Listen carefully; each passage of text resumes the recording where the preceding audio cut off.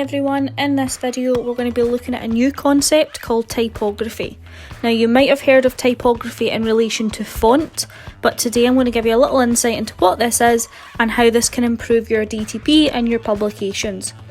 So typeface is a style of text, so for example Helvetica, whereas your font is a variation of that typeface, for example Helvetica Bold. There is an overarching umbrella, so when we're looking at this just now, I would say that typeface is the overarching umbrella of your fonts, the family name of your fonts if you want to call it like that, and then you have your font names underneath it. Today we're going to look at two types of fonts. One is called Serif and one is called sans serif. Now you can see on the screen just now, serif, it literally means flicks in Latin, and sans serif means without flicks. So if you have a look at the word below typography, I'm just going to extract that T and highlight those flicks that I am talking about.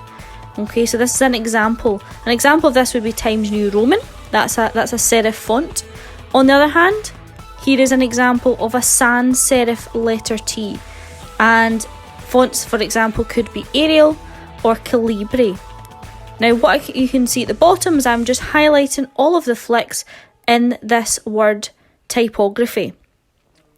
You need to know the difference between serif and sans serif, and the easiest way I think to remember it is serif means flicks, sans serif means without flicks, and if you do languages you'll know that sans means without. So let's move on to different types of typeface. The first one we're looking at is serif, like I mentioned before. This includes a flick or a flourish at the end of each letter. An example, like I said, like the letter T, is Times New Roman. And they are used more in traditional publications such as newspapers because they're very legible, and that means they're easy to read. So moving on to sans serif. This is without flicks, just like we said before. It's very simple. This typeface is modern and it's very easy to read alongside serif. Some examples are Arial, Calibri or Vandana. Now you'll be able to find lots of serif and sans serif fonts throughout your fonts list on Word or on slides or on Draw Plus as well. The third typeface we're going to look at is called Script, and this is kind of a more curly font and it's used to mimic handwriting. It's very decorative, some people say it's very feminine, and it's very informal. And it's kind of used more of like to decorate a publication, make it look a little bit more fancier.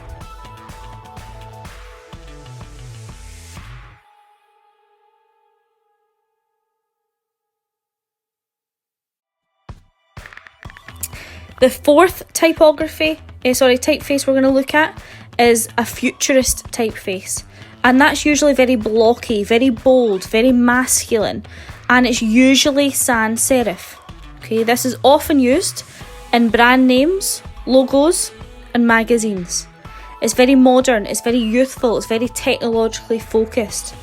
Okay, so that's a very quick indication of all the different typeface and fonts available underneath each umbrella. The second video I'm going to post is going to be a little bit different and go into a little bit more detail.